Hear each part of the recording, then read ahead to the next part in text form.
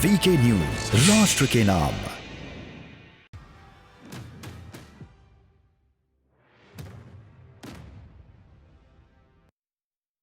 नमस्कार, आप देख रहे हैं वीके न्यूज। मैं हूं सुनील राउत। पंजाब में विधानसभा चुनाव में अब सिर्फ 4 दिन का वक्त बचा है। 20 फरवरी को पंजाब में सभी 117 विधानसभा सीटों पर मतदान होना है। लेकिन उससे पहले जो बयानबाजी हो रही है उसने पंजाब के साथ ही देश की सियासत में भूचाल ला दिया है।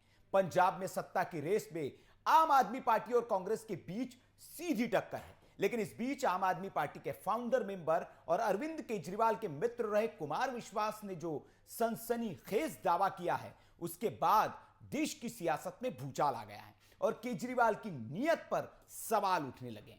दरअसल कुमार विश्वास ने केजरीवाल को खालिस्तान का समर्थक बताते हुए देश तोड़ने की साजिश का आरोप लगा दिया है। इसलिए सवाल देश का है में बात इसी पर कि क्या राजनीति और सत्ता के लिए अब नेता देश के टुकड़े करने से भी बाज नहीं आ रहे? क्या खालिस्तान के साथ है अरविंद केजरीवाल और सत्ता के लिए पंजाब में आग लगाने की तैयारी है, या फिर ये आरोप महज सियासी है?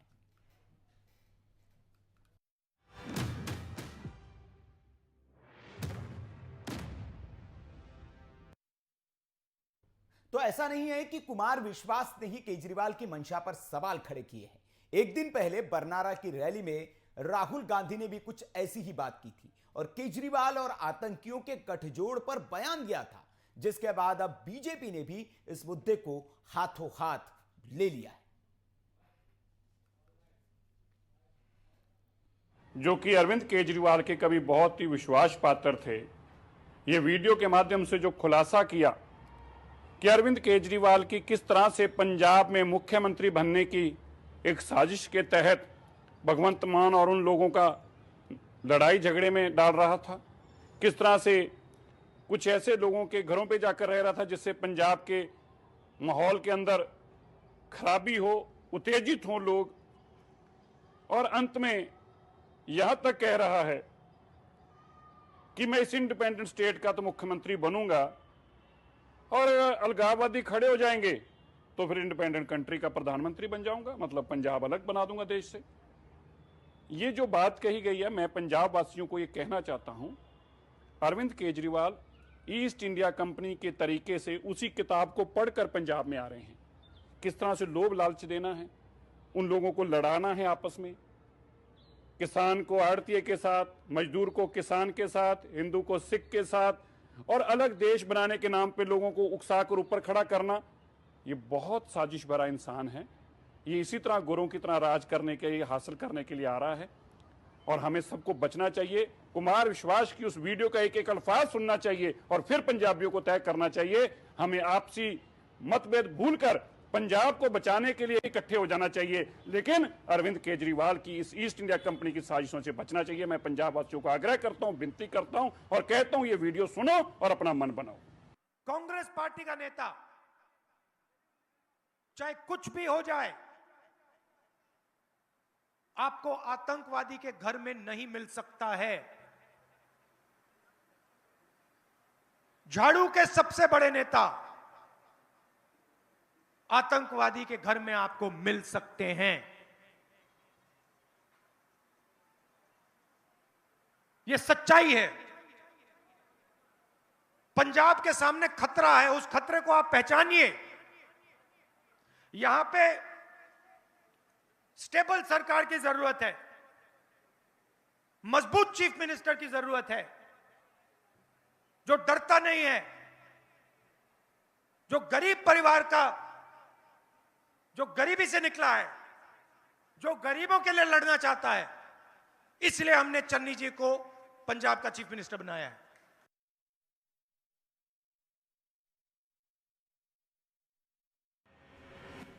तो सुना आपने कुमार विश्वास का भी वो बयान। एएनआई को उन्होंने जो बाइट दी, उसमें उन्होंने कहा कि या तो सीएम बनेगा या पपेट बना लेगा। ये कुमार विश्वास की जुबान है कि एक दिन मुझसे भी कहता है कि मैं पंजाब का सीएम बनूंगा। मैंने कहा कि अलगाववादी ताकतें देश को तोड़ रही है, तो कहता है कि तो क्या हुआ, नहीं तो मैं स्वतंत्र देश का पहला प्रधानमंत्री बनूंगा। तो ये जो बयान है कुमार विश्वास का, उसके बाद एक सियासी भूचाल आ गया है और इसी पर चर्चा के लिए तमाम मेहमान हमारे साथ बने हुए हैं। डॉक्टर जीनत अंसारी है, भारतीय जनता पार्टी से हमारे साथ जुड़ी हुई है।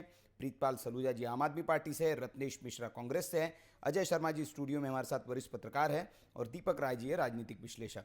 मैं प्रीतपाल जी से ही शुरुआत करूंगा। प्रीतपाल जी, आम आदमी पार्टी के जो नेता है, बड़े नेता, पंजाब में कह तो रहे कि आपकी लहर है, लेकिन एक बड़ा आरोप आपके नेता पर है कि पंजाब में आग लगाने की साजिश आप कर रहे हैं। और ये आरोप सिर्फ कोई राजनीतिक दल नहीं लगा रहा है, केजरीवाल के जो साथी रहे हैं, फाउंडर रहे हैं आम आदमी पार्टी के, आंदोलन के साथी रहे हैं, उनके मित्र रहे हैं, घनिष्ठ मित्र, वो आरोप लगा रहे हैं। प्रीतपाल जी, देखिए, जो जिस मित्र का जिक्र आप कर रहे हैं वो इस समय पार्टी में नहीं है। पार्टी ने बहुत पहले ही उसको नकार दिया था और पार्टी के मुखिया अरविंद केजरीवाल जी ने कभी कहा था कि वो भाजपा के लिए काम कर रहे हैं और अब विगत दिनों, कुछ दिन पहले वो भाजपा में शामिल भी हो गए और देश ने उसको समझ लिया है। वो आम आदमी पार्टी के कभी मित्र रहे नहीं है। तो आंदोलन में भारतीय जनता पार्टी आरएसएस द्वारा उनको फिट किया गया था, जिसको अरविंद केजरीवाल जी ने पहचान लिया और बाद में पार्टी से उसको निकाल दिया। जो भी उन्होंने बातें रखी है वो कोई साक्ष्य नहीं है। अगर कोई उन्होंने इस तरह का जो भी कन्वर्सेशन उन्होंने बताया कि अरविंद केजरीवाल जी ऐसा कहा करते थे या कहा था, इसके तीसरे आदमी का कोई इसमें गवाही नहीं है। मैं आज कह दूं, आपके सामने लाइव चैनल पे बात कर रहा हूँ कि ये रिकॉर्ड हो रही है।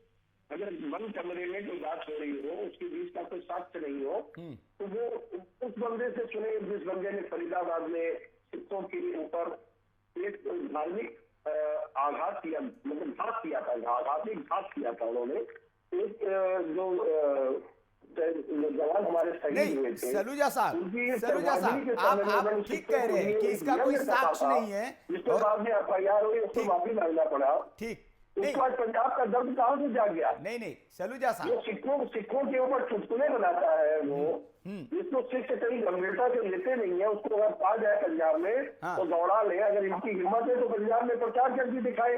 ठीक है, तो वो सिर्फ भारतीय जनता पार्टी उनको लाए इसलिए है कि लोगों को भ्रम में डाला जाए। मतलब पंजाब की जनता अपने आप को संयम में रखे हुए है। वो 30 तारीख तक अपने आप को तैयार करके रखा हुआ उसने कि आम आदमी पार्टी के। मेरी आवाज मिल रही सलूजा जी आपको?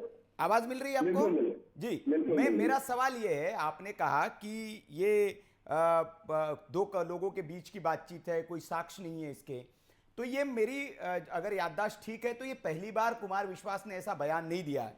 कुछ पिछले चुनाव से पहले भी एक टीवी चैनल को इंटरव्यू में उन्होंने सेम बात कही थी, ऐसी ही, और वो भी बड़ा वीडियो वायरल हुआ था पहले भी। लेकिन उसके बाद भी ना तो केजरीवाल साहब ने इस पर सफाई दी, ना उनके खिलाफ कोई मानहानि का केस किया, ना उनके खिलाफ कोई पुलिस में शिकायत की। तो क्यों, अगर ये झूठ है, इसमें कोई दम नहीं है, तो केजरीवाल जी शिकायत क्यों नहीं करते पुलिस में? एक कहावत है ना, हाथी चले बाजार, कुत्ते भौंके हजार। अच्छा, आम आदमी पार्टी के मुखिया इन छोटी छोटी बातों को अगर जवाब देने लगेंगे तो पुलिस पीछे रह जाएगा। अच्छा, आप किसी बात को नेशनल चैनल पे कहते हैं, उसका साक्ष्य नहीं है आपके पास। उस बंदे की क्या कैपेबिलिटी होगी, जिस बंदे ने इतनी बड़ी बातें कर दी, उसका साक्ष्य नहीं लगे ना जिसके सामने। अगर अरविंद केजरीवाल जी ने इनसे कुछ कहा तो उसमें और एक आदमी और भी साथ लेते होंगे, इसके साक्ष्य रखते भी समझ जाएगा। लेकिन चुनाव के समय में तो याद आया जब पंजाब में चुनाव चल रहा है, जो सिखों के ऊपर चुटकुले बनाता है कुमार विश्वास, सिखों ने उसके ऊपर मुकदमा कर रखा है। जनता के बीच में आपके चैनल के माध्यम से माफी मांगनी पड़ी सिखों के ऊपर। वो आज उसको सिखों कैसे पंजाब के ऊपर उसको याद आ गया। ठीक है सलूजा जी, माफी की आपने बात की, तो माफी तो केजरीवाल जी भी बहुत लोगों से मांग चुके हैं, लिखित में मांग चुके हैं, आपको पता होगा। मजीठिया साहब से भी उन्होंने माफी मांगी, नितिन गडकरी जी से उन्होंने माफी मांगी, तो माफी तो केजरीवाल जी भी मांगते रहते हैं राजनीति में। नहीं, वो माफी मांगनी हमारे देश के कानून के तहत उन्होंने उस चीज की माफी मांगी है। अच्छा, माफी मांगना, माफी किस चीज से मांगी जाती है भाई? अगर अरविंद केजरीवाल जी ने गडकरी जी के ऊपर कोई बात रखी तो उन्होंने मानहानि का मामला रखा। ठीक है, और चूंकि आपको पता है कि वो एक स्टेट के सीएम है, बार बार उनको कोर्ट कचहरी में बार बार आना पड़ रहा था। अच्छा, इसलिए माफी मांगी। उन्होंने उसके लिए और मजीठिया से क्यों मांगी थी? मजीठिया से क्यों मांग ली? मजीठिया से क्यों मांग ली? हाँ, पंजाब जाना पड़ना था। अच्छा। संजय सिंह ने बार बार कहा। अच्छा, संजय सिंह आज भी उसके स्टैंड में खड़े ठीक है, हैं कि ठीक है, मजीठिया ठीक है सलूजा साहब, चिट्ठी आपने कहा कि कोई गंभीरता से नहीं लेना चाहिए कुमार विश्वास साहब को, वो कुछ भी बोल देते हैं। जैसे केजरीवाल जी चुनाव से पहले शीला दीक्षित जी के खिलाफ अटैची लेकर निकले थे कि बहुत सबूत है हमारे पास, बाद में तो कुछ बताया नहीं उन्होंने। मुझको मानते हैं। ठीक, ठीक है, आज भी कॉमनवेल्थ का जो घोटाला है, हाँ। आप बता दें नहीं आप ठीक है सलूजा जी, ठीक है, ठीक है, मैं आऊंगा, पहले भारतीय जनता पार्टी से आरोप ले ले, भारतीय जनता पार्टी जवाब ले लो, आपने आरोप लगाया, फिर मैं रत्नेश जी के पास जाऊंगा, क्योंकि राहुल गांधी ने भी सेम आरोप लगाया, जो कुमार विश्वास ने आरोप लगाया वही राहुल गांधी जी ने भी लगाया। मैं जीनत जी के पास पहले जाऊंगा। जीनत जी, ये कह रहे कुमार विश्वास आपके पपेट है, पंजाब चुनाव में आप केजरीवाल जी बढ़त बना रहे, इसलिए आपने उनको खड़ा कर दिया। देखिए सर, हाँ, अब ये चीज है ना कि जैसे कि खिसियाने बिल्ली खंबा नोचे। अब कुमार विश्वास जी ने जब इनकी अपनी पार्टी में कोई आदमी किसी पार्टी में जाता है तो बड़ी मन से, बड़ी श्रद्धा से जाता है कि शायद ये पार्टी बहुत अच्छी पार्टी है। तो जब उन्होंने वहां पर कुछ ऐसा देखा वहां पर, तब वो छोड़ के आए हैं। अभी मेरे भाई का कहना है कि हमने उन्हें पार्टी से निकाल दिया है, जबकि अब ये कह रहे हैं कि जो केजरीवाल जी के सामने और उन दोनों के बाद जो आपस में बात हुई है उसका तीसरा आदमी का कोई प्रूफ नहीं है। तो जब कोई आदमी ऐसी कोई अपनी कोई ऐसी अगर कोई प्राइवेट बात करता है, कोई असंवैधानिक बात करता है, तो वो तीसरे आदमी के सामने क्यों बात करेगा?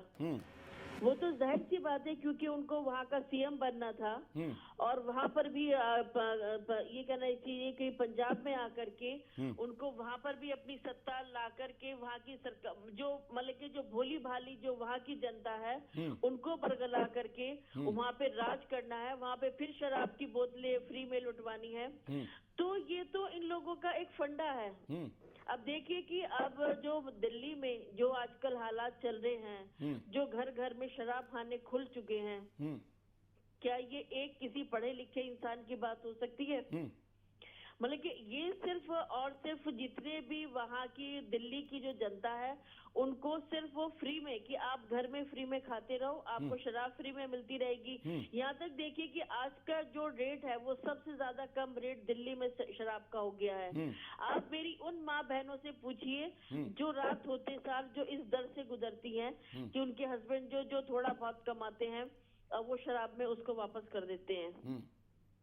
अब ये बात है कि अगर कुमार विश्वास जी ने कुछ देखा है, कुछ कहा है, तो आखिरकार इनको इतनी ज्यादा परेशानी क्यों है? कि उनको अगर मान लो कुछ है तो उनको समझना चाहिए कि उन्होंने जो भी बात कहा है तो वो विवाद वाली बात नहीं, उन्होंने बिल्कुल सही बात कही है कि केजरीवाल जी है बिल्कुल वो सत्ता लोभी हैं। वो किसी भी जनता के बारे में किसकी क्या हो रहा है, किसके घरों में क्या आग लग रही है उस बारे में कुछ नहीं जीनत जी, अगर ऐसे कोई सबूत है कि एक आदमी आतंकवादियों के साथ मिला हुआ है, खालिस्तानियों के साथ उसकी साठगांठ है, तो केंद्र में तो सरकार है आपकी, कुछ सबूत तो आपके पास इनपुट तो होंगे ही, तो गिरफ्तार क्यों नहीं करते, केस वेस क्यों नहीं करते उस आदमी पे? फिर वही बात है ना कि सबूत एक चीज बात एक अभी बात हुई थी जो कि कुमार विश्वास जी को पसंद नहीं आई, उनकी जो भी उनकी कार्यनीति थी वो पसंद नहीं आई। अब उनके अगर मान लो है तो सबूत भी सामने आ जाएंगे। अभी आप टाइम तो आने दीजिए। अभी जैसे कुमार विश्वास जी ने अपना जो स्टेटमेंट दिया है तो जाहिर सी बात है जब आदमी कहीं से मन दुखी होगा, उनकी नीतियां पसंद नहीं आएंगी, तो वो टाइम भी दूर नहीं है जब खालिस्तानियों की मतलब कि जो ठीक है जीनत जी। रत्नेश जी हमारे साथ है, कांग्रेस से रत्नेश मिश्रा जी है। रत्नेश जी, जो कुमार विश्वास की भाषा है वही भाषा राहुल गांधी 2 दिन पहले उन्होंने भी यही बात कही पंजाब में, कि पंजाब में अगर दोबारा सत्ता में कांग्रेस नहीं आई तो पंजाब में आग लग जाएगी। ये चेतावनी थी, धमकी थी, समझ नहीं आया हमारे। उन्होंने कहा पंजाब में दोबारा सत्ता में कांग्रेस ही आनी चाहिए, नहीं तो आग लग जाएगी। और केजरीवाल जो है, उन्होंने नाम तो नहीं लिया लेकिन झाड़ू के बड़े नेता, उनका वो आतंकियों के घर पाए जा सकते हैं, तो साफ तौर पर उन्होंने भी कहा कि आतंकवादियों से साठगांठ है। तो ये बयान पर जरा मैं क्लैरिफिकेशन चाहूंगा कि क्यों कहा ये राहुल गांधी जी ने कि मतलब हमें सत्ता दो नहीं तो फिर आग लग जाएगी पंजाब में। देखिए रावत जी, जो एक मुद्दा जो है जो मैंने आपको बताया जी कि अभी जो आप बोल रहे थे वो मैंने सुना, और हमारी आम आदमी पार्टी के जो प्रवक्ता हैं प्रीतपाल जी वो बता रहे थे जी कि कुमार विश्वास जी को पार्टी से निकाल दिया गया है। तो जी। देखिए, आप भी जानते हैं, मैं पूर्व में नहीं, आम आप आदमी भी पार्टी पूर्व का में नेता- आपके ही सदस्य रहे, इसलिए मैंने खास तौर पर रिक्वेस्ट की थी कि रत्नेश जी को ही बुलाइए, ताकि वो जानते हैं आम आदमी पार्टी को अच्छे से, वहां रह के आए तो बता पाएंगे। देखिए, जी। पहली बात तो ये है कि हाँ। अभी भी आम आदमी पार्टी ने ऑफिशियली उनको पार्टी से निकाला नहीं है। जी। पहली बात, हाँ। ये आम आदमी पार्टी के प्रवक्ता को पता ही नहीं है हाँ। कि अभी भी वो फाउंडर मेंबर हैं आम आदमी पार्टी के, जी। And he is also the member of Aam Aadmi party. जी। ठीक है। दूसरी बात, अरविंद केजरीवाल जी की कथनी और करनी में बहुत अंतर है। इसका एक बहुत बड़ा भुक्तभोगी मैं रहा हूँ। ठीक। और जिन नेताओं की बात ये करते हैं, संजय सिंह जी का मैं नाम लूंगा, विशेष कर लूंगा। पंजाब में वो पूर्व में प्रभारी रहे हैं पंजाब के, वर्तमान में पॉलिटिकल अफेयर्स के हेड हैं उत्तर प्रदेश के। जी। आप एक बार उत्तर प्रदेश आ जाइए और कुछ ऐसे कार्यकर्ताओं से मिलिए जो अन्ना आंदोलन से आम आदमी पार्टी से जुड़े हुए हैं। जी। ठीक। वो संजय सिंह के बारे में क्या कहते हैं आपको सोचना चाहिए, आपको सुनना चाहिए जी। कि वो संजय सिंह के बारे में उनकी विचारधारा क्या है, वो संजय सिंह के बारे में क्या कहते हैं। ऐसे शब्दों का प्रयोग मैं नहीं करूंगा। जी। मैं आपको कहिए तो ये एविडेंस मांगते हैं आम आदमी पार्टी के प्रवक्ता। मैं आपको व्हाट्सएप चैटिंग जो होती है वो इलेक्ट्रॉनिक एविडेंस होती है, मैं दे दूंगा। जी। जो पार्टी के बहुत पुराने वर्कर्स हैं वो लिखते हैं संजय सिंह मंकार है, चोर है, धूर्त है, पार्टी का संगठन बर्बाद कर दिया, फलाना ठिकाना। दूसरी, जो भी पार्टी के अंदर रहकर, क्योंकि आम आदमी पार्टी जब सत्ता में आई थी तो इन्होंने कहा था ऑनेस्ट पॉलिटिक्स करेंगे, और उस कारण मैं भी युवा था, मैं भी आम आदमी पार्टी की तरफ। देखिए, ये खुद में बहुत बड़े भ्रष्ट हैं, और जब आप इनके अंदर रहकर इनकी भ्रष्ट नीति पर प्रश्न चिन्ह उठाएंगे तो ये यही कहेंगे कि इनको तो पार्टी से निकाल दिया गया है, ये पार्टी के प्रवक्ता नहीं है, ये पार्टी के सदस्य नहीं, ये इनका पुराना राग अलापना है। ठीक है। मेरे साथ भी ऐसा हुआ था। मैं 28 फरवरी को पार्टी का पक्ष रख रहा था मीडिया चैनल पर, और संजय सिंह ने कह दिया कि 6 फरवरी को वो निष्कासित किए जा चुके। तो इनके बयानों में बड़ा कंट्राडिक्शन होता है। दूसरा, हमें मानते हैं क्योंकि कहीं ना कहीं जो आम आदमी पार्टी का फंड आता है उसमें कनाडा से आने वाले फंड का एक बहुत बड़ा रोल होता है, और कनाडा जो है वो कहीं ना कहीं खालिस्तानी मूवमेंट का एक हॉट स्पॉट रहा। ये आप भी जानते हैं, मैं भी जानता हूँ। और अगर कोई भी व्यक्ति अगर वो इंटरनेशनल पॉलिटिक्स को समझता है और इंटरनल सिक्योरिटी को समझता है तो वो जानता है कि कनाडा में बैठे हुए और ब्रिटेन में बैठे हुए खालिस्तान समर्थक किस तरह से मूवमेंट को इंडिया में रन कराते हैं। ठीक। जहां तक रही बात, तो आप भी जानते हैं कनाडा से सबसे ज्यादा फंड आता है आम आदमी पार्टी को, दूसरे नंबर पे ब्रिटेन से आता है। अब मुझे पता नहीं कि वो कौन सा लोग हैं जो फंड देते हैं, लेकिन इन्हीं 2 जगहों पर खालिस्तानियों का सबसे स्ट्रांग होल्ड माना जाता है। तो कहीं ना कहीं राहुल गांधी जी ने जो कहा कि अगर पंजाब को कांग्रेस ने जिस आतंकवाद की लहर से निकाला था, जिस आतंकवाद की आग से निकाला था, वो राहुल गांधी जी का डर है कि अगर एक खालिस्तान समर्थक वहां सत्ता में आ जाता है तो फिर कहीं ना उसी आतंकवाद की राह में पाकिस्तान को झोंके। और रही दूसरी बात माफी मांगने की, तो मैं तो कहता हूं कि अरविंद केजरीवाल संजय सिंह से बड़ा कोई माफी भी रही नहीं। ये बोलते हैं, बाद में माफी मांग लेते। ठीक है रत्नेश जी, मेरे साथ स्टूडियो में अजय जी हैं।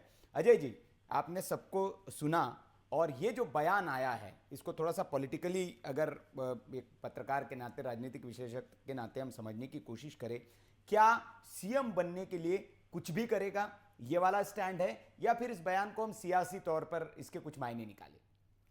देखिए संजय जी, मैं इसको जो है एक सियासी तौर पे देखता हूँ जी, क्योंकि अगर हम पंजाब की राजनीति का जो है ग्राउंड को समझने की कोशिश करते हैं कि आम आदमी पार्टी ने पिछले 2012 के चुनाव में जो स्थिति थी और 2017 के चुनाव में उन्होंने जिस तरीके से एक बढ़त हासिल की और एक बड़ी जिसे कहते हैं एक लोकप्रिय पार्टी के रूप में अपनी एक पहचान बनाई है, इससे कोई इनकार नहीं कर सकता। और आम आदमी पार्टी की वजह से बीजेपी को नुकसान हुआ और श्रोमणी अकाली दल को भी नुकसान हुआ। तो यहाँ पर जो मुझे सीधे सीधे जो एक सियासी समीकरण ही दिखाई देता है, रही बात अब कुमार विश्वास की, तो पहले सियासी समीकरण की बात कर लें। तो अब आम आदमी पार्टी जो है इस वक्त जो है जो सर्वे आ रहे हैं सबसे अच्छी और पार्टी के रूप में है, जो है और भी सीटें हासिल कर सकती है। तो ऐसे में आम आदमी पार्टी को रोका कैसे जाएगा? क्योंकि अगर अब आम आदमी पार्टी आगे बढ़ेगी तो किसको नुकसान पहुंचाएगी? क्योंकि बीजेपी तो पहले से जो है बैकफुट पर है, श्रोमणी अकाली दल वैसे ही नुकसान में है काफी उससे, तो सीधे सीधे तौर पे वो कांग्रेस को नुकसान पहुंचाएगी, जैसे दिल्ली में उसने कांग्रेस को नुकसान पहुंचाया था अपने चुनाव के दौरान। तो यहाँ पर जो पूरा जो पिक्चर है वो यही है। और ऐसे में कुमार विश्वास का इस तरह का यदि बयान आता है तो इसमें जो है एक थोड़ी सी ऑक्सीजन मुझे बीजेपी को मिलती हुई दिखाई देती है कि बीजेपी तुरंत मैदान में आ गई कि हाँ ठीक है, ये इस तरह का मसला है कि उससे लगता है वोट परसेंटेज भी बढ़ेगा, एक आध 2 सीटों का इजाफा हो सकता है, या फिर जो उन्होंने 9 सीटें खोई हैं उनमें कुछ तो इजाफा हो, कुछ तो फायदा हो उसके अंदर, और श्रोमणी अकाली दल भी चाह रही है कुछ ना कुछ तो बेनिफिट हो। तो इसलिए ये नहीं, पूरा ठीक है, इसको पॉलिटिकली हमको लेना चाहिए अजय जी, लेकिन मैं ये समझना चाहूंगा कि जैसे जो रत्नेश जी है वो भी आम आदमी पार्टी में रहे, अलका लांबा जो उनके साथ रही, उन्होंने भी कल उनके राहुल गांधी के बयानों की और कुमार विश्वास के दावे की भी पुष्टि की कि मैं भी वहीं से रह के आई हूं और हाँ ये सच है कि इनकी मंशा ठीक नहीं है पंजाब को लेकर, ये किसी भी कीमत पर सत्ता चाहते हैं। पिछले चुनाव में अगर हम देखें तो गुरिंदर सिंह जो है एनआरआई है और उनके लिंक किसके साथ है ये बताने की जरूरत नहीं, उनकी कोठी में रात भर कुमार विश्वास माफ करिएगा केजरीवाल जी रुके थे और इस पर बड़ा बवाल हुआ था। कोठी के कुक ने इसका पुष्टि भी की थी कि हाँ वो यहाँ रात भर रुके थे। तो इन पर क्या ध्यान नहीं देना चाहिए, इस पर क्या बात नहीं होनी चाहिए? नहीं देखिए, बात तो होनी चाहिए, लेकिन मैं अगर दूसरे मसले पे जाता हूं जो सबसे ज्यादा पॉलिटिकली है इस वक्त कि सीएम बनना, अगर आप राजनीति में है, चुनाव जीतना आपकी मतलब सबसे पहला टारगेट होता है। इसीलिए कहा जाता है कि सियासत सिर्फ चुनाव जीतना जानती है, बाय क्रुक।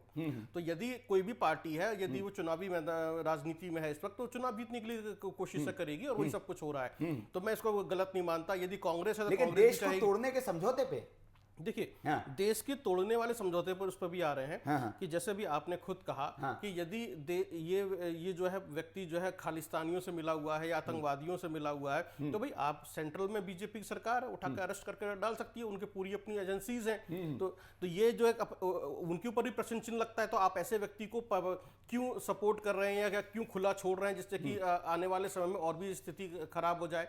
तो आप इसको जो है एक पॉलिटिकली एक वेपन के रूप में इस्तेमाल कर रहे हैं और बना रहे हैं। रही बात खालिस्तान की, कि खालिस्तान से जो है या कनाडा से चंदा आता है, खालिस्तान शब्द तो हमने जो है किसान आंदोलन में भी सुना था, जो बॉर्डर पर बैठे हुए थे कि सब कनाडा से चंदा आता है, वहां से चंदा आता है और ये सब जो खालिस्तानी है। तो ये जो खालिस्तानी कह देना, आतंकवादी कह देना, अब ये जो है ना राजनीतिक शब्द हो गए मेरी नजर में, क्योंकि ये राजनीतिक शब्द है। और रही बात जैसे कि अभी कांग्रेस ने कहा कि आग लग जाएगी पंजाब में, ऐसे ही मैंने भी सुना था कुछ दिन पहले कि एक देश के बहुत बड़े कद्दावर नेता ने कहा था कि भाई ये खेत लहूलुहान हो जाएंगे यदि जो है समाजवादी पार्टी जीत कर आ गई या विपक्षी लोग जीत कर आ गए तो।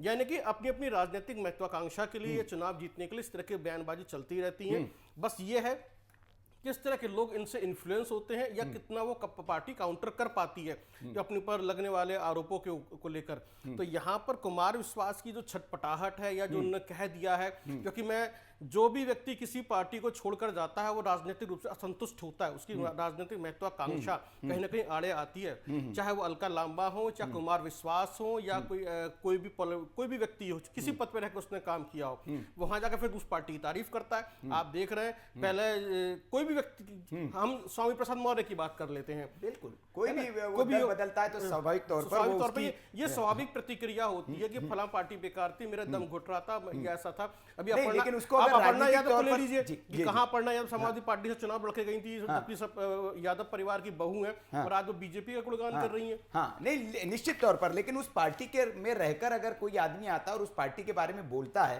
तो उसका जाहिर तौर पर नहीं, अगर कुमार विश्वास के संजय जी, कुमार विश्वास के इस बयान की जो मैं कहूं कि विटिस तब मैं मानता जब वो पार्टी छोड़कर गए थे, उस वक्त ये बयान देते कि पार्टी के अंदर ये नहीं, ये बयान उनका पहले भी है। मैंने जैसे कहा पिछले चुनाव में भी उन्होंने एक इंटरव्यू दिया था एक चैनल को और वो बड़ा वायरल होता रहता है उनका वो बयान। पहले भी मैं इस बयान को देख चुका हूं उनका, उन्होंने पहली बार नहीं दिया है मुझे लगता है, लेकिन फिर वोटिंग से पहले ये दिया तो इसका पॉलिटिकल मकसद तो है ही। और जैसी कि उनकी शत्रुता जाहिर है, जब जाहिर है कि वो अरविंद केजरीवाल को के लिए जिस तरह के शब्दों का इस्तेमाल मंचों से करते हैं, जाहिर तौर पर वो तो नहीं चाहेंगे कि वो सत्ता में रहे, तो वो फिर चुनाव के पहले दिया हुआ बयान हो सकता है। बिल्कुल सही बात है। अन्ना हजारे के आंदोलन से निकले हुए ये सभी लोग हैं और कुछ ऐसे चेहरे हैं जो चाहे वो जो है संजय सिंह हो या कुमार विश्वास हो या फिर जो है आशुतोष भी इस वक्त शामिल हो गए थे जो आजकल पत्रकारिता में वापस आ गए हैं। ऐसे ही जब बहुत सारे प्रशांत भूषण है, तमाम लोग आपके स्वराज अभियान के योगेंद्र यादव अपना अलग शुरू कर दिया। जी जी, तो बहुत सारे ऐसे नाम हैं जो असंतुष्ट हैं और असंतुष्ट होने के बाद जो है सभी ने अलग अलग बयानबाजी की है। बिल्कुल बिल्कुल, गोवा से कई चेहरे थे इनके साथ, बड़े बड़े चेहरे जो पहले दरअसल इनके एनजीओ के जो साथी थे वो राजनीति में आए और फिर उन्होंने देखा कि मामला गड़बड़ा जा रहा है तो सब अपने अपने रास्ते निकल लिए। मैं दीपक जी के पास जाना चाहूंगा। दीपक जी, ये जो सारा मसला जो आज उठा है, क्योंकि पिछले बार के चुनाव की भी स्टेटिस्टिक्स अगर हम देखें तो गोवा में माफ करिएगा, पंजाब में आम आदमी पार्टी बड़ी मजबूत स्थिति में पिछले चुनाव में भी देखी जा रही थी, लेकिन उसी तरह का मसला तब भी उठा था। और जब गुरिंदर सिंह के वहां गए रुकने के लिए, रात भर रुके और उसके बाद इस मुद्दे को वहां पर हाईलाइट किया गया और उसके बाद बड़ी डैमेज हुई, आम आदमी पार्टी का वोट बैंक बड़ा डैमेज हुआ, वहां पे कम वोट मिले और ये सार्वजनिक तौर पर स्वीकार भी किया। आप आम आदमी पार्टी के नेताओं के इंटरव्यूज अगर देखेंगे तो उन्होंने कहा कि हाँ, हमारी कुछ गलतियां थी, वो गलतियां जिसको गलत तरीके से प्रचारित किया गया और उसका हमें नुकसान हुआ। क्या ये भी जो आज जो बयान आया है कुमार विश्वास का, ये पंजाब में आम आदमी पार्टी को डेंट करने जा रहा है, बहुत नुकसान देगा पंजाब में आम आदमी पार्टी को ये बयान? देखिए सुनील जी, अगर टाइमिंग के हिसाब से देखा जाए तो कहीं न कहीं ये सियासी बयान है तो, लेकिन अगर इसके थोड़ा सा हम वो रिलेट करना चाहें जी, तो अरविंद केजरीवाल ने पहले जैसे सर्जिकल स्ट्राइक पर क्वेश्चन उठाए थे और कुछ चीजों पे जो कहते हैं ना, मोदी के बयान, मतलब मोदी का वो विरोध करते करते देश हित का ही विरोध करते हैं। जी जी जी, तो वो चीज पॉइंट है, ये पहले से उठता रहा। आप देखिए आंदोलन के बाद जो है कई लोग जो अच्छे अच्छे लोग इनको छोड़ के चले गए, तो कई इश्यूज ऐसे आए, कुमार विश्वास से पहले भी माकल कई बार उठाया है कि ये जो है सुरक्षा के मामले में भी अरविंद केजरीवाल जो है वो कहीं गलत स्टैंड लेते हैं और इनकी महत्वाकांक्षाएं भी है कि भाई कुछ भी हो, हमें अगर चीफ मिनिस्टर बनना है, प्राइम मिनिस्टर बनना है तो हमें फर्क नहीं पड़ता इन चीजों से कि हम कैसे, रास्ता हमारा क्या होगा। तो सवाल देखिए, सियासी बयान तो कहा जाता था क्योंकि टाइमिंग थोड़ी सी है कि 4 दिन पहले अगर इस तरह के बयान आते हैं तो कांग्रेस को और बीजेपी को ऑक्सीजन देंगे, लेकिन पब्लिक भी जानती है, पब्लिक के दिमाग में अनकॉन्शियस माइंड में था, पहले भी घटनाएं होती है। अरविंद केजरीवाल जो 24 घंटे उस नेता के रहते हैं पंजाब में, तो ये सब चीजें कहीं न कहीं जो है अगेंस्ट जाएगी आपके, क्योंकि पब्लिक की मेमोरी जो है फिर से वो जाग जाएगी। तो ये लेकिन ये देखिए सवाल है कि टाइमिंग हम कह सकते हैं, लेकिन कहीं कहीं कोरिलेट तो होगा ही। बिल्कुल, केजरीवाल जी ने पहले भी कितनी बार बयान दिए हैं, कई ऐसे से मतलब उनके काम हुए हैं जो अलगाववादियों और आतंकवादियों को समर्थन में आती है। तो ये सियासी मायने निकालना तो पड़ेगा और मेरा ख्याल है कि पब्लिक जो है शायद इसके दिमाग में आएगी, आप पार्टी को डेंट लगेगा। जी बिल्कुल दीपक जी, आपने सही कहा कि पिछले बार का ये उदाहरण भी है हमारे पास। मैं सलूजा के पास जानना चाहूंगा। सलूजा जी, आप निश्चित तौर पर जाहिर है कि आम आदमी पार्टी की ओर से आप कहेंगे ही कि नहीं सब कुछ ठीक है, सब चंगासी, लेकिन ये आप भी अंदर ही अंदर जानते हैं कि ये बहुत नुकसान देने वाला है आम आदमी पार्टी को, क्योंकि जिस तरह की छवि है, देखिए वही फिर पुरानी बातें निकलने लगी कि सर्जिकल स्ट्राइक पर केजरीवाल जी ने किस तरह का बयान दिया या बाकी चीजें जो हो, जब देश की सुरक्षा से जुड़े मुद्दे हो उस पर किस तरह का बयान दिया, टुकड़े टुकड़े गैंग का लीडर उनको कहा जाता है भारतीय जनता पार्टी के नेताओं की ओर से। तो छवि तो कुछ उसी तरह की है। और उस चुनाव के वक्त अगर आपका कोई साथी, जैसे कि आपने कहा उनको निकाल दिया था, लेकिन आप ही के पार्टी में आपके पुराने साथी रहे, आपके बगल में बैठे हुए हैं रत्नेश जी, वो बता रहे कि नहीं अभी भी कुमार विश्वास तो आपकी पार्टी में निकाले ही नहीं गए हैं, क्योंकि हिम्मत ही नहीं कि आप उनको निकाल दे, डर है कि भाई निकाल देंगे तो और पोल खोल देंगे हमारी। सलूजा जी, रत्नेश जी को उनकी पार्टी में नंबर ले लीजिए, उनका नंबर खराब मत कीजिए, वो अपने नंबर बनाने के लिए यहाँ बैठे हुए हैं। हाँ, रही बात पहले तो सबसे बड़ी बात कुमार विश्वास के ऊपर भारतीय जनता पार्टी, जैसे बहन हमारी कह रही थी, इन्हें तो सपोर्ट करना, जो देश से प्रेम करने वाले लोग हैं, इस तरह के बयान के ऊपर सबसे पहले उनके ऊपर एनएसए के तहत कुमार विश्वास को गिरफ्तार करना चाहिए। उसके बाद तुरंत अरविंद केजरीवाल के ऊपर इसकी जांच बैठा देनी चाहिए। पहली बात, मैं देश से प्रेम करता हूँ, मेरे लिए देश चाहिए। अगर इस तरह की कोई भी बात उनको लग रही है या मीडिया के माध्यम से इस चीज को उन्होंने कहा, इतने सालों बाद कहा, इतनी बड़ी बात उन्होंने छुपा कर रखी। राहुल गांधी जो मंच के ऊपर ये बात कहते हैं कि कलेरा से फंडिंग हो रही है, उनको इस बात की जानकारी है, उनके ऊपर भी एनएसए लगना चाहिए। तो राहुल गांधी को गिरफ्तार करना चाहिए और कुमार विश्वास को गिरफ्तार करके अरविंद केजरीवाल के ऊपर जांच बैठानी चाहिए। मैं तीनों बातें कह रहा हूँ, मैं अपने नेता को भी अलग नहीं रख रहा हूँ, क्योंकि देश में अच्छा, आपके नेता पर मुकदमा नहीं होना चाहिए, सिर्फ जांच होनी चाहिए, बाकी दोनों पे एनएसए लगा दो, गिरफ्तार कर लो। मैं कहता हूँ एनएसए तीनों पे एनएसए लगाया जाए और इसकी जांच होनी चाहिए, पहली बात। अच्छा, मतलब आप कहते हैं केजरीवाल जी भी एनएसए लगाया जाए, ये कह रहे हैं आप? बिल्कुल लगाना चाहिए, बिल्कुल लगाना चाहिए। बहुत बड़ी बात कह रहे हैं कि केजरीवाल जी पे एनएसए लगाया जाए इस मामले में। भाई साहब, हम उस पार्टी से आते हैं जो देश प्रेम हमारे पास कूट के खड़ा हुआ है। हमारा नेता ये कहता है कि हमारा विधायक, हमारा सभासद, हमारा मंत्री कई घूस लेता पकड़ा जाए या कोई गलत काम करता पकड़ा जाए तो आम लोगों को सजा दी जाती है, उससे डबल सजा उसको दी जाए। अच्छा, तो हम उस पार्टी से आते हैं, हमारी नेता ऐसा नहीं है। अगर आपको लगता है कि राहुल गांधी ने मंच के ऊपर कहा कि कनाडा से आतंकवादी फंडिंग हो रही है, खालिस्तानी फंडिंग हो रही है, ये बहुत गलत बात है और उसके लिए जांच होनी चाहिए। और कुमार विश्वास ने इस बात को कहा कि ऐसे ऐसे करके मैं पंजाब को अलग कर दूंगा, देश तोड़ने की बात है। 550 अलग अलग जो रियासतें थी, उन रियासतों को जोड़कर सरदार पटेल ने देश बनाया था, ये हमारा भारत बनाया था। हमारी इस धरती को पर हमारे हिंदू, मुसलमान, सिख, ईसाई सभी जात धर्मों के लोगों के खून पसीने की ये तभी हमारा देश आजाद हुआ है। अगर इतनी बड़ी बात है तो बहुत गंभीर बात है, चाहे वो भाजपा के प्रवक्ता बैठे हो, चाहे कांग्रेस के प्रवक्ता बैठे हो, चाहे आप एंकर बैठे हो, देश हमारे सबके लिए पहली बात।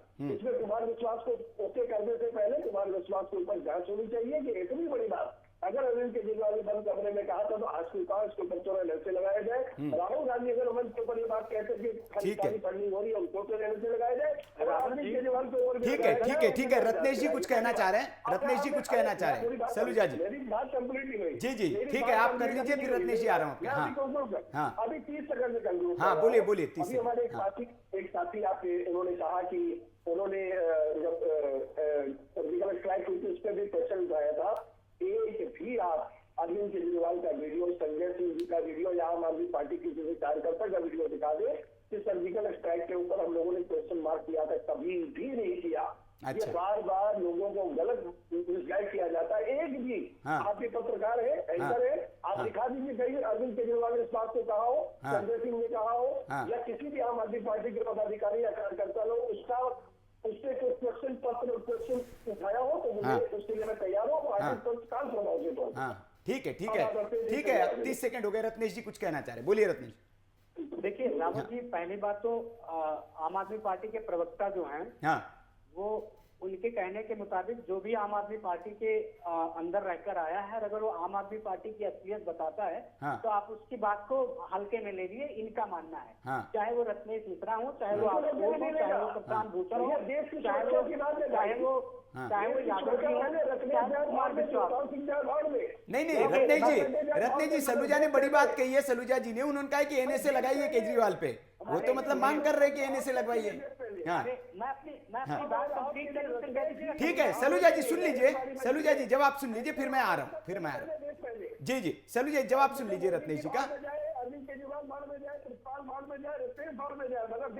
नहीं ठीक है बिल्कुल, ये बात सही है। देश रहना चाहिए, नेता तो आते जाते रहेंगे, राजनीति चलती रहेगी, देश रहना चाहिए। और इसीलिए हम बैठे हैं कि देश के हित के खिलाफ कुछ नहीं हो सकता है। अगर कोई नेता इस तरह की बात करता है, नहीं मैं आ रहा हूं आपके पास, मैं आ रहा हूं जीनत जी आपके पास। रत्नेश जी अपनी बात पूरी कर ले, रत्नेश जी को सुन लीजिए, समझे। हाँ मेरी सलूजा जी से दरख्वास्त है कि कृपया चुप रहकर सुन लें। जी जब आपका प्रश्न है तो बोलिए। नहीं सलूजा जी सुन लीजिए, अब सुन लीजिए, आपने बहुत बोल लिया सर, सुन लीजिए ना। लोकतंत्र यही है कि हम एक दूसरे को सुने। जी मैं दे रहा हूं, मौका दे रहा हूं आपको, अब सुन लीजिए। हाँ जी ठीक चले।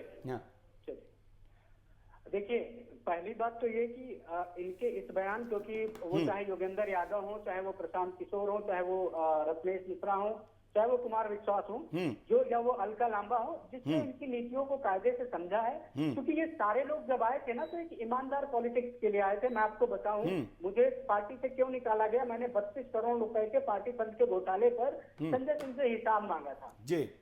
अगर वो इतने ईमानदार थे तो उन्होंने आज तक कभी एक भी पैसे का हिसाब नहीं दिया, मुझे पार्टी से निष्कासित कर दिया। तो अब सोच लीजिए लोग कितने ईमानदार हैं और कितना ईमानदारी का डंडा पीटते हैं। ठीक है। दूसरी बात, आप आम आदमी पार्टी। अरे सलूजा जी सुन लीजिए ना, आप ही बोलेंगे सारी बहस में, आप सुन लीजिए। मैं आपको मौका दिया, आपके वक्त किसी ने नहीं बोला। सुन लीजिए, थोड़ा सा सुन लीजिए। हाँ बोलिए रत्नेश जी। दूसरी बात, ये जो आम आदमी पार्टी है ना रावत जी, ये भारतीय जनता पार्टी की। सलूजा जी आपका फेडर डाउन है, कोई सुन नहीं रहा है। मैं आपको मौका दूंगा तब उठाऊंगा। प्लीज थोड़ी सी बहस डिस्टर्ब मत करिए। सुन लीजिए, रत्नेश जी को सुन लीजिए, फिर आपके पास आ रहा हूँ। हाँ ये जो आम आदमी पार्टी है ना, ये भारतीय जनता पार्टी की बी पार्टी है। और मैं इसको आपको यहीं पे सिद्ध कर देता हूँ। देखिए अच्छा, जब अन्ना आंदोलन जब शुरू हुआ तो सत्ता में कांग्रेस थी।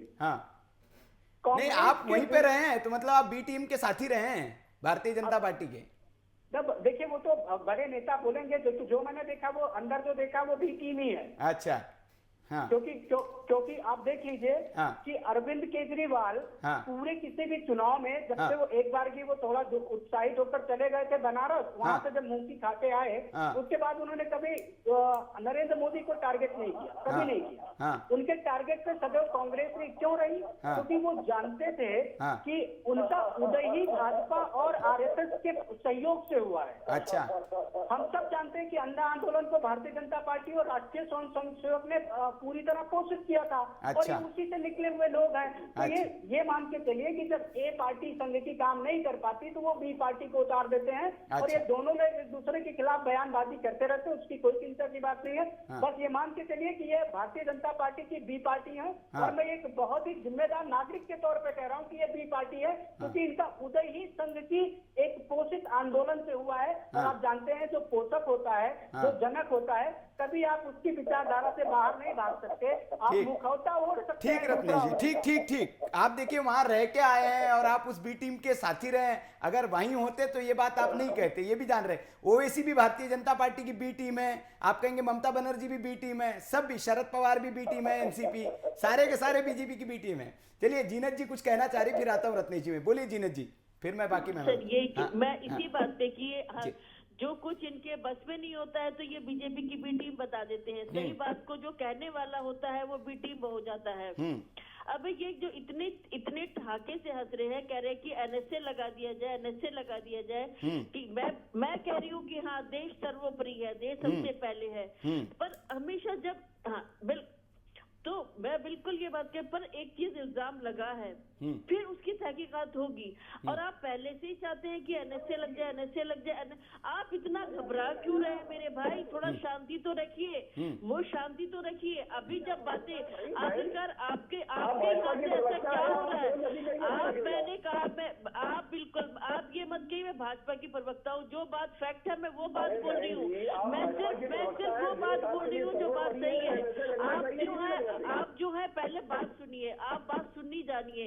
एक आंदोलन से जो होता है एक आदमी, अगर नहीं जीनत जी जो बात सलूजा जी कह रहे हैं, जीनत जी मैं उसी बात को आगे बढ़ाता हूं जो सलूजा जी कह रहे हैं। प्रकाश जावड़ेकर जी उस वक्त सूचना प्रसारण मंत्रालय उनके पास था और उस वक्त उन्होंने भी एक ऐसा ही बयान दिया था कि अरविंद केजरीवाल के आतंकवादियों के साथ संबंध है और इसके पुख्ता सबूत है।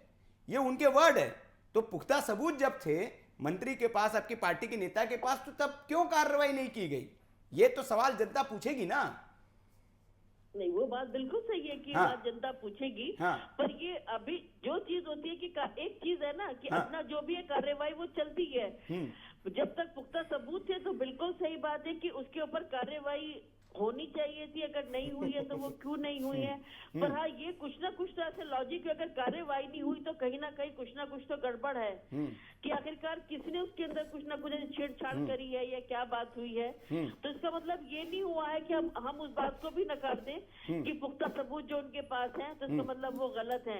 और ये कनाडा से जो फंडिंग आ रही है, जो एक आदमी उन्हीं का खास आदमी कह रहा है, तो वो अब ये बताइए कि मैं आपसे सवाल पूछती हूँ कि जो सब कुछ इतना फ्री में सब कुछ बांट रहे हैं तो आखिरकार वो पैसा आ कहाँ से रहा है? बिजली फ्री, शराब फ्री, नहीं वो आम आदमी पार्टी के फंड से तो नहीं दे रहे जीनत जी, वो तो जनता का पैसा है दिल्ली के, उसी घुमा के दे रहे। आम आदमी पार्टी के फंड से थोड़ी देंगे। आपके हंसने से नहीं सलूजा जी सुन लीजिए, मैं आपके पास भी आऊंगा। छुपा रहे हैं ठीक है जीनत जी, मैं अजय जी के पास। अजय जी क्या देखिए, अगर सारा सिनेरियो हम देखें सच जनता के सामने, जीनत जी मैं आ रहा हूं आपके पास, क्या ये सब पॉलिटिकल गेम है कि सबको पता है क्या हो रहा है क्या नहीं हो रहा है, लेकिन पॉलिटिकल बेनिफिट के लिए सिर्फ मुद्दों को उठाया जाए, उसके बाद चुप रह लिया जाए? चाहे केजरीवाल जी हो, शीला दीक्षित जी के खिलाफ ब्रीफ केस दिखाते थे, कहते थे कि लाइन से कांग्रेस के जितने नेता एक लिस्ट जारी करके सारे के सारे भ्रष्ट है, और फिर एक चुनाव में उन्हीं के पीछे हाथ जोड़कर पीछे कि भैया गठबंधन कर लीजिए, हमसे गठबंधन कर लीजिए। तो क्या ये सिर्फ पॉलिटिकल गेम और ब्लेम है? क्योंकि कोई भी भारतीय जनता पार्टी की बात कर ले, सबकी सिर्फ पॉलिटिकल गेम ब्लेम होता है और फिर जब सत्ता आपको मिल जाती है तो उस पर कोई काम नहीं होता है, फिर भूल जाते हैं आप। देखिए बिल्कुल सही कहा आपने। मैं फिर से उसी सेंटेंस को रिपीट कर रहा हूँ जी कि राजनीति सिर्फ जो है चुनाव जीतना जानती है जी। तो चुनाव जीतने के लिए जो जो किया जा सकता है वो सब कुछ किया जाता है।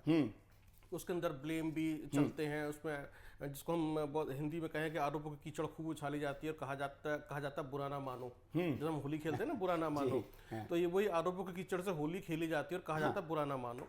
तो कोई भी नेता किसी की बात का बुरा नहीं मानता है, ऐसे भी सोचता है इससे बेहतरीन मेरे पास क्या है देने के लिए।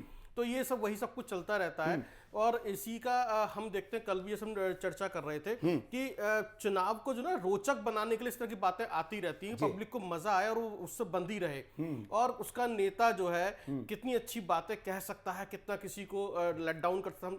हम कैसे ऐसे बहुत सारे टीवी सीरियल भी देखते हैं जहां पर इस तरह के गेम होते हैं कि जैसे कि हम कितना किसी को जलील कर सकते हैं, कितना किसी का मजाक उड़ा सकते हैं। तो ये भी राजनीति में भी इस तरह का खेल चलता है और लोगों को मजा भी आता है कि चलो ठीक है हमारे नेता दूसरे की लाइन को छोटा करने मतलब अपनी लाइन को बड़ा करने के लिए दूसरे की लाइन को छोटा कर दीजिए, छोटा कर दीजिए।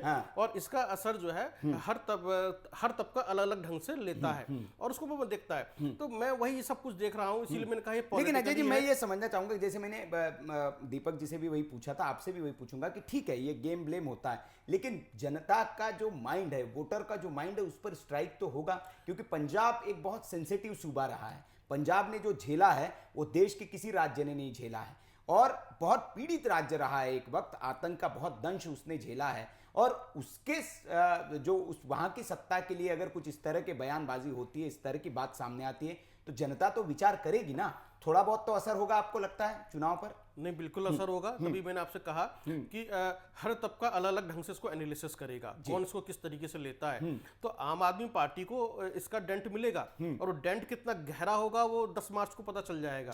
क्योंकि अब ये देखिए बिल्कुल 100% होना है। मैं इसको ये नहीं कह सकता कि ये वार जो है खाली चला जाएगा कुमार विश्वास वाला। तो अब इसमें बीजेपी को कितना फायदा होता है और कांग्रेस को कितना नुकसान होता है। वो कांग्रेस को जो नुकसान होने वाला है उसकी छटपटाहट जो है वो कांग्रेस के प्रवक्ता में दिखाई दे रही है। वो साफ तौर से दिखाई दे रही है कि इसका जो है नुकसान होने वाला है। नहीं, पंजाब की ग्राउंड रिपोर्ट भी यही कह रही है कि कांग्रेस अभी जो एक्टिव हुई है, सक्रिय हुई है, क्योंकि वहां दरअसल हम भारतीय जनता पार्टी को तो लड़ाई में ले ही नहीं सकते, वो तो तीसरी पार्टी के तौर पर है, लेकिन मेन लड़ाई जो है आम आदमी पार्टी और कांग्रेस के बीच में है। और जिस तरह से कांग्रेस एज लेते हुए दिख रही थी अभी तक वो, लेकिन इस बयान के बाद अब देखिए कितना होता है। लेकिन कांग्रेस पार्टी इसको भुना रही है। कांग्रेस पार्टी ने मुद्दा कुमार विश्वास से पहले ही उठा दिया था, राहुल गांधी की जैसे कली, क्योंकि उन्होंने कहा कि इस मुद्दे के जरिए ही पंजाबियों को पुराने दिन याद दिलाकर ही आम आदमी पार्टी को रोका जा सकता है। देखिए राजनीति के अंदर ना डर एक बहुत बड़ी चीज है, डर भी एक वेपन है। अब देखिए अलग अलग राज्यों में अलग अलग तरह के डर दिखाए जाते हैं। पश्चिम बंगाल के हम चुनाव में जाते हैं वहां अलग तरह का डर दिखाया जाता है अलग अलग पार्टीज की तरफ से। उत्तर प्रदेश के चुनाव में आ जाते हैं, यहाँ पर अलग तरह के डर है। यहाँ पर तो सभी तरह के डर है। पंजाब में भी अलग तरह का डर है। पंजाब का बहुत पुराना मुद्दा है खालिस्तानियों का और आतंकवादियों का। हम उसके इतिहास को नजरअंदाज नहीं कर सकते, और उसकी जो टीस है वो आज भी पंजाबियों के अंदर है। उनके अंदर भी है जो यहाँ से बाहर बस गए, वो भी जानते हैं किस तरीके के यहाँ के माहौल थे। तो उसको कैश करने की कोशिश की जाती है कि अगर ऐसा हो गया तो ऐसा हो जाएगा, याद है ना वो दिन आपको कि कैसा हुआ था। तो उसको हम इसीलिए जो है मुद्दे वो चले जाते हैं। तो ये डर की राजनीति है, इसके खिलाफ कुछ भी नहीं है। और आम आदमी पार्टी के बारे में बता दूं, जिस तरीके से वो जो है दिल्ली मॉडल को लेकर चलती है, और एक जो तबका है जो गरीब है या गरीबी रेखा से नीचे है या पिछड़ा है, अति पिछड़ा है, उन सबको जो है वो एक तरीके से इम्प्रेस कर ले जाती है और वोटर जो उनकी तरफ आ जाता है। इसीलिए कांग्रेस पार्टी को ये कहना पड़ा कि हमने आपको एक गरीब परिवार से मुख्यमंत्री दिया है। चन्नी जी का जिक्र बार-बार कर रहे हैं, बार-बार जिक्र उसका किया, इसीलिए आ रहा है कि उस वोटर को वो समझा देना चाहते हैं कि तुम्हारे बीच का मुख्यमंत्री आज यहाँ बैठा हुआ है, जो तुम्हारे दर्द को समझता है, तकलीफ को समझता है, जानता है। इसलिए आप जो है बाहर वालों की बजाय यहीं के लोकल आदमी को मुख्यमंत्री बनाइए, और चन्नी जी से बेहतर कोई नहीं हो सकता है।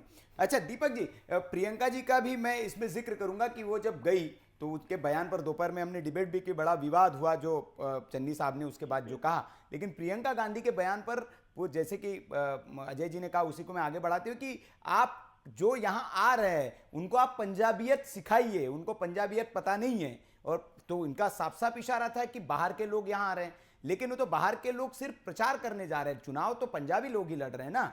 तो क्या इसका भी असर पड़ेगा दीपक जी? नहीं, आपने सही कहा। देखिए लोकल इश्यूज को लेके तो वो कह रही कि मैं पंजाब की बहू ही हूँ। उन्होंने कहा कि प्रियंका जी ने मैं पंजाब की बहू ही हूँ, मैं यहीं की हूँ। उत्तर प्रदेश में जाती है तो बेटी हो जाती है, पंजाब में जाती है तो वहां बहू हो जाती है। बॉर्डर बदलते ही प्रियंका जी बदल जाती है। देखिए ये भी चुनावी रणनीति का एक हिस्सा था। जब भी हाँ। स्टार प्रचारक वहाँ जाते हैं तो खुद को कनेक्ट करने की कोशिश करते हैं जी। कि हम यहीं के हैं, हम भी हाँ। 5 साल यहाँ रहेंगे, हाँ। जनता की सेवा करेंगे। लेकिन सवाल है कि बहू जो एक दिन रहती है फिर अपने मायके चली जाती है। जी जी तो ये भी होता रहता है। जी। तो सवाल देखिए ये जो बयानबाजी हो रही है ना, हाँ। इससे आपको तो नुकसान हो, क्योंकि राहुल गांधी ने भी जो बोला हम्म तो, और केजरीवाल जी की जो पहले जो इन्होंने कुछ ऐसी वो किए या तो हरकतें आप कह लीजिए, तो उससे थोड़ा सा पब्लिक कनेक्ट होगी। देखिए तो आप देखिए, आप अभी 5 सालों में आप भी थी, तो कोई ऐसा बहुत अधिक काम जो उभर कर नहीं आया आपका कि जिससे लोगों का विश्वास हो आप पार्टी में। तो वो भी है कि एक हो सकता है कि मैं कल देखिए कांग्रेस तो कहीं कहीं कमजोर पड़ रही है। जिस तरह से 6 महीने घटनाएं हुई, मोदी जी को आगे किया गया, फिर चन्नी जी को लाया गया और दलित बोला गया, दलित भी बोला गया, फिर कहीं कहीं कुछ लोगों ने आरोप लगाया कि नहीं वो क्रिश्चियन है। तो वो भी कहीं कहीं जो ये चीजें जो है कहीं कहीं वो मिसमैनेजमेंट कहा जा सकता है। तो कांग्रेस को कई तरह से कांग्रेस में तो अंदर एक दिक्कत ये भी है ना दीपक जी की, सिद्धू साहब ही कहते हैं अगर चन्नी साहब कुछ बगल में है तो उठ के खड़े होते कि नहीं ये तो झूठ बोल रहे हैं, मंच पे कह देते कि चन्नी झूठ बोल रहे हैं। तो ये भी एक दिक्कत है वहाँ कांग्रेस में। हाँ। तो ये जो बहुत ही कमजोर नेतृत्व, कमजोर संगठन है, वो लोगों को दिख रहा है, तो शायद कांग्रेस भी बहुत कमजोर पड़ेगी। उसको फायदा कहीं नहीं, इंडायरेक्टली जो है मेरा ख्याल अगर बीजेपी जो अकाली दल के थ्रू लड़ रही है तो इसको फायदा होने वाला है। और शायद हम अगर देखिए 3-4 महीने बाद जो अगर अकाली दल की सीट अगर पाती है अमरिंदर सिंह वाली जो गुट है, तो उसको बीजेपी सपोर्ट करके जो है हमारे ख्याल बीजेपी फिर अपना पाव जमाना चाहेगी पंजाब में। हाँ, बीएसपी राय साहब, बीएसपी का भी वहाँ जनाधार है और अकाली के साथ बीएसपी का गठबंधन भी है कई सीटों पर। अगर हम देखें माझावाला शायद मेरे ख्याल से एरिया है जहां पर बीएसपी का अच्छा प्रभाव है। जी जी जी। तो ये जो एनडीए का जो वो है ना, फिर से कॉन्सेप्ट पंजाब में आएगा तो शायद उसको फायदा मिलने वाला है। एनडीए जो है कल अगर आप लॉन्ग टर्म में भी देखिए 3-4 साल में भी, तो जिस तरह से बीजेपी अपना एग्रेसिव मार्केटिंग करती है, एग्रेसिव है, तो वो तो कहीं कहीं जोड़ तोड़ की राजनीति लेके वो जो है अपनी गवर्नमेंट बना लेगी। ठीक दीपक जी, लेकिन मुझे लगता है कि जो कुमार विश्वास का बयान है, भले ही सलूजा जी कहे कि बीजेपी का दिलवाया हुआ बयान हो, लेकिन इससे फायदा कांग्रेस को ज्यादा हो रहा है क्योंकि कांग्रेस की लाइन पर ज्यादा बयान दिख रहा है कि कल ही राहुल गांधी ने बरनाला की रैली में वो बयान दिया और आज कुमार विश्वास ने दिया, तो बीजेपी की लाइन वाला नहीं है। तो मुझे लग रहा है कांग्रेस की लाइन वाला बयान ज्यादा लग रहा है। सलूजा जी, मैं एक बात और समझना चाहूंगा, चूंकि आप पंजाब से है, टर्बन आपके सर पर है और कहा जाता है पंजाब की पहचान ही वो है। वो कहते हैं कि टर्बन वाला अगर नेता नहीं होगा तो पंजाब उसको एक्सेप्ट नहीं करता है। वो टर्बन होनी सर पे बहुत जरूरी है क्योंकि कहा जाता है कि पंजाब एक सूबा नहीं, एक भावना है अपने आप में पंजाब। मैं ये समझना चाह रहा हूँ कि जिस तरह से बयानबाजी, आपने बहुत अच्छी बात कही कि एनए से लगा ये सब पे अगर कोई देश के साथ खिलवाड़ कर रहा है, ये जो सारी बयानबाजी हो रही है कि कोई कह रहा है कि भैया आग लग जाएगी पंजाब में, कोई कह रहा है कि नहीं ये तो आतंकवादियों से संबंध है, आपको नहीं लगता कि जो फ्रिंज एलिमेंट है या जो देश विरोधी ताकत है जो पंजाब में इस तरह के हालात पैदा करना चाहती है, उसको बल मिलेगा इस तरह के बयान से और आने वाले दिनों में फिर पंजाब में डिसरप्शन पैदा हो सकता है? देखिए सर, जहाँ जहाँ विगत दिनों में अभी विधानसभा चुनाव निकले, जैसे दिल्ली ले लीजिए, बंगाल ले लीजिए, राजस्थान ले लीजिए, हरियाणा ले लीजिए, जहाँ जहाँ चुनाव निकले हैं वहाँ पे भारतीय जनता पार्टी ने इस तरह की बयानबाजी की है। यहाँ पे उन्होंने कहा हिंदू खतरे में है। दिल्ली के बयान में एक बड़ा नेता जो भारतीय जनता पार्टी जो वो कहता है कि बहन बेटियों को। सलूजा जी, लेकिन मुझे, मैं थोड़ा सा रोक रहा हूँ आपको, आप कंफ्यूज लग रहे हैं। पंजाब में आपकी लड़ाई कांग्रेस से, लेकिन आप बार बार बीजेपी पे चले जा रहे हैं। बीजेपी तो टक्कर में नहीं है वहाँ। आप कंप्लीट करो सर। जी जी, मैं ये कह रहा हूँ कि जहाँ जहाँ चुनाव होता है वहाँ हिंदू को खतरे में बताया जाता है। अभी इस संदर्भ में अगर ले लें, जैसे कि राहुल गांधी जी ने पहले इस मामले को उठाया, उसके बाद आज कुमार विश्वास जी भारतीय जनता पार्टी के आके इस बात को कह रहे हैं। आप समझ सकते भारतीय जनता पार्टी कहीं पे भी अकाली दल के साथ भी थी तो कोई बहुत ज्यादा गिनतियों में नहीं थी। इससे पहले वाले चुनाव में थी, 3 इस चुनाव में थी, तो बहुत ज्यादा गिनती में भारतीय जनता पार्टी के विधायक वहां जीत के नहीं आते हैं। तो ये अंदर खाते इनके अघोषित इनका गठबंधन हो गया है कांग्रेस और भारतीय जनता पार्टी का, कि कहीं आम आदमी पार्टी आ गई तो ये अकाली दल की और भारतीय जनता पार्टी की जो 10 साल की सरकार थी उसको जांच करा देगी। कहीं आम आदमी पार्टी आ गई, आम आदमी पार्टी की सरकार आ गई तो कांग्रेस को भी लपेटे देने लगी। आप समझ सकते हैं कि इस समय कुमार विश्वास का दिया हुआ बयान नहीं, ये सभी देखिए टीवी पर बोलने के लिए बड़ी अच्छी बात है। दिल्ली में भी यही कहा था आपने कि सरकार आ गई तो इसकी पिटारा खोलेंगे, उसकी अटैची खोलेंगे, उसकी एफआईआर कराएंगे। कितने को जेल भेज दिया केजरीवाल साहब ने? दिल्ली में कितनों को जेल भेजा बताइए? हाँ, सीधा सीधा पैसा वो चाह रहे भारतीय जनता पार्टी के नहीं सलूजा जी, मेरे सवाल का तो जवाब दीजिए। आपने कहा कि इसकी जांच होगी, उसका पिटारा खुलेगा। दिल्ली में इतने दिन से केजरीवाल जी सत्ता में, कितने लोगों को जेल भेजा केजरीवाल जी ने? पहले तो अटैची लेके चलते थे, कहाँ चली गई वो अटैची? देश का मुख्यमंत्री अकेला अरविंद केजरीवाल 56 कैलिबर का 156 कैलिबर सीने वाला था, जिसने दिल्ली में जो देश का सबसे बड़ा पूंजीपति है, हाँ। अंबानी के खिलाफ मुकदमा आज भी देश के दिल्ली के अंदर। अरे मैं नेताओं की बात कर रहा हूँ सर, वो नेताओं की जो अटैची लेके चलते थे, लिस्ट थी, वो कितनों को जेल भेजा, कितनों की फाइल खोली? घोटालों की जिक्र करते थे, वो घोटाले कहाँ है? हाँ अरे मेरे सुन लीजिए सर, जी जी, जो सारी फाइल है हाँ। वो अमित शाह के पास एलडी के माध्यम से जा चुकी है। अच्छा। और एसीबी जो दिल्ली की थी, जिसकी पावर पहले शीला दीक्षित के पास हुआ करती थी, हाँ। वो इसीलिए भारतीय जनता पार्टी ने उनसे छीन रखी है। हाँ। आज दिला दीजिए। हाँ। हमारी बैठी है भारतीय जनता पार्टी के रमेश जी बैठे हुए कांग्रेस के, हाँ। और बाकी साथी बैठे, दिला दीजिए इसीलिए हमें। हाँ। अब आज उससे जांच करा देते हैं। हाँ। 33% से ठीक है, फिर कल कहेंगे कि सीबीआई दे दीजिए, सीबीआई हमारे पास नहीं है, वो होता तो हम अच्छा कर लेते। ठीक है, रत्नेश जी कुछ कह रहे, समय की कमी है सलूजा जी, समय की कमी। मैं आता हूँ, फिर रत्नेश जी कुछ कह रहे। हाँ रत्नेश जी कुछ कह, बोलिए रत्नेश जी। देखिए रावत जी, बड़ी हंसी आई मुझे प्रीतपाल जी की बात को सुनकर। हाँ। उन्होंने कहा कि भारतीय जनता पार्टी और कांग्रेस का हाँ। गठबंधन हो गया। आप समझ सकते हैं हाँ। कि दोनों विचारधारा में एक दूसरे के दूर विरोधी हैं, हाँ। और विचारधाराओं में कभी समझौता नहीं होता है। तो आपकी बात तो अनर्गल ये जानते हैं कि गठबंधन की सत्ता में एक जिनत जी, सलूजा जी, एक मैं जिनत जी आ रहा हूँ आपके पास, रत्नेश जी बोल रहे। हाँ देखिए, हाँ सलूजा जी प्लीज थोड़ा सा मर्यादा बनाए रखिए बहस की। हाँ हाँ बोलिए। सलूजा जी चिल्लाते बहुत है भाई। हाँ। संजय सिंह का असर पड़ गया क्या इनके ऊपर? जैसे यूपी में महिलाओं का सम्मान हो रहा है, एक साफ जिनत जी मैं आ रहा हूँ आपके पास, सिर्फ अभी रत्नेश जी बोलेंगे, बाकी के डाउन करिए फेडर। एक थोड़ा बहस खराब हो जाती है। देखिए बहुत अच्छे से हम चर्चा कर रहे हैं, एक बोले अपने चाहे। बोलिए रत्नेश जी। जी देखिए सत्ता के लिए कौन पाँव में लेट जाता है और कौन गिड़गिड़ाता है, ये इतिहास पता है, आपको भी पता है, भारतीय जनता पार्टी को भी पता है, राय साहब को भी पता है, और प्रवक्ता आम आदमी पार्टी को भी पता है कि ये किसके कदमों में अपनी नाक रगड़ कर गए थे सत्ता पाने के लिए। 49 दिनों की सरकार हमने इनको भीख में दी थी, जो ये चला नहीं पाए, और अंत में जब इन्हें लगा कि हम जो अटैची लेके घूमते थे, वो अटैची उसी दिन गायब हो गई थी। जब इनको लगा था कि जिनके विरुद्ध हमने बोला, ठीक है, उनके विरुद्ध हमारे पास कोई सबूत नहीं है। दूसरी बात, अगर अरविंद केजरीवाल इतने ईमानदार नेता हैं, इतने अच्छे नेता हैं, ठीक है, तो उन्हीं की पार्टी के लोग उनको छोड़कर क्यों गए? क्योंकि सब जानते हैं कि जो पढ़ा लिखा वर्ग होता है वो ईमानदार को बहुत कम छोड़ता है। दूसरी बात, ये जो प्रीतपाल जी, ये एक्चुअली मुझे लगता है ना कि इनके ऊपर संजय सिंह का असर है। ये वो जानते हैं ना, एक वो आती है, क्या कहते हैं, जब कोई नई दुल्हन आती है घर में, तो वो रोटी कम बेलती है, कंगन ज्यादा खनकाती है, ताकि पड़ोसी जान सके कि बहुत काम कर रही है। तो आम आदमी पार्टी नहीं रत्नेश जी ठीक है, आप ये आक्षेप लगा रहे, लेकिन प्रवक्ताओं का तो काम ही होता है ना कि चूड़ियां ज्यादा खनका है। वो पता तो चलना चाहिए कि भाई प्रवक्ता अच्छे से डिफेंड कर रहा है। ठीक है रत्नेश। जिनत जी 30 सेकंड है, आप बोलिएगा, फिर मैं अंतिम कमेंट राजनीतिक विश्लेषक से लूंगा। जिनत जी 30 सेकंड कुछ कह रही थी आप।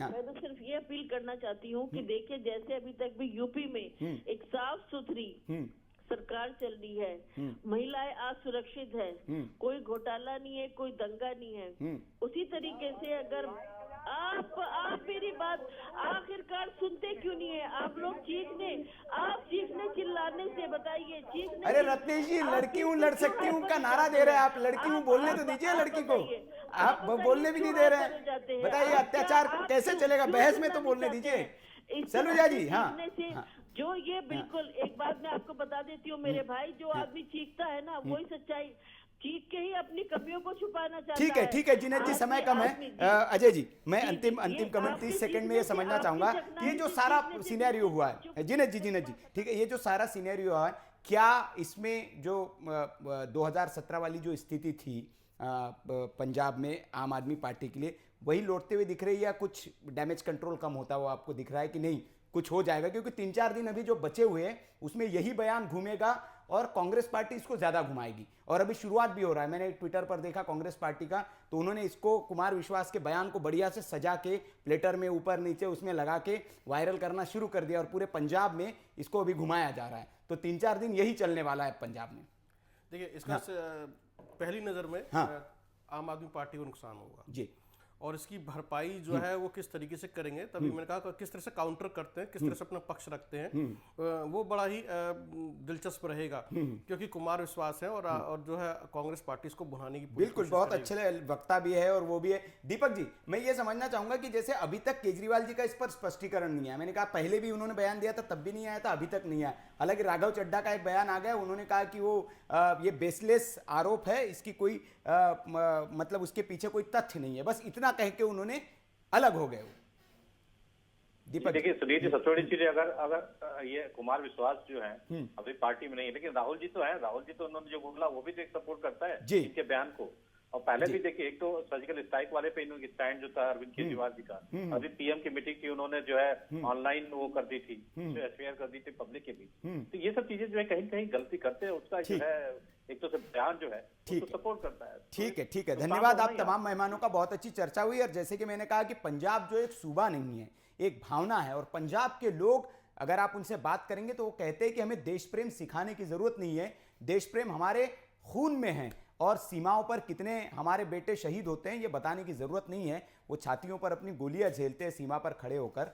तो पंजाब का मिजाज बहुत अलग तरह का है, और उस पंजाब में जिसने ये दर्द झेला है उसमें अगर इस तरह की बात चुनाव से पहले होती है तो पंजाबी इस बात को जरूर सोचेंगे, और जब मतदान केंद्र पर जाएंगे तो उनके जहन में जरूर ये बात होगी। अब देखना होगा कि ये जो नया विवाद छिड़ा है इसका अंत क्या होता है, और 10 तारीख को जो नतीजे आते हैं उसमें इसका असर देखने को मिलेगा, तब हम इस पर चर्चा करेंगे। आज सवाल देश का है में बस इतना ही, कल फिर हाजिर होंगे एक नए सवाल के साथ। आप देखते रहिए वीके न्यूज। नमस्कार।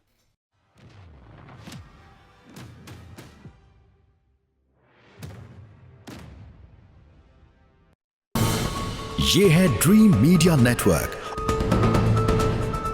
और आप देख रहे हैं देश का पहला 24/7 digital news channel V K news, राष्ट्र के नाम।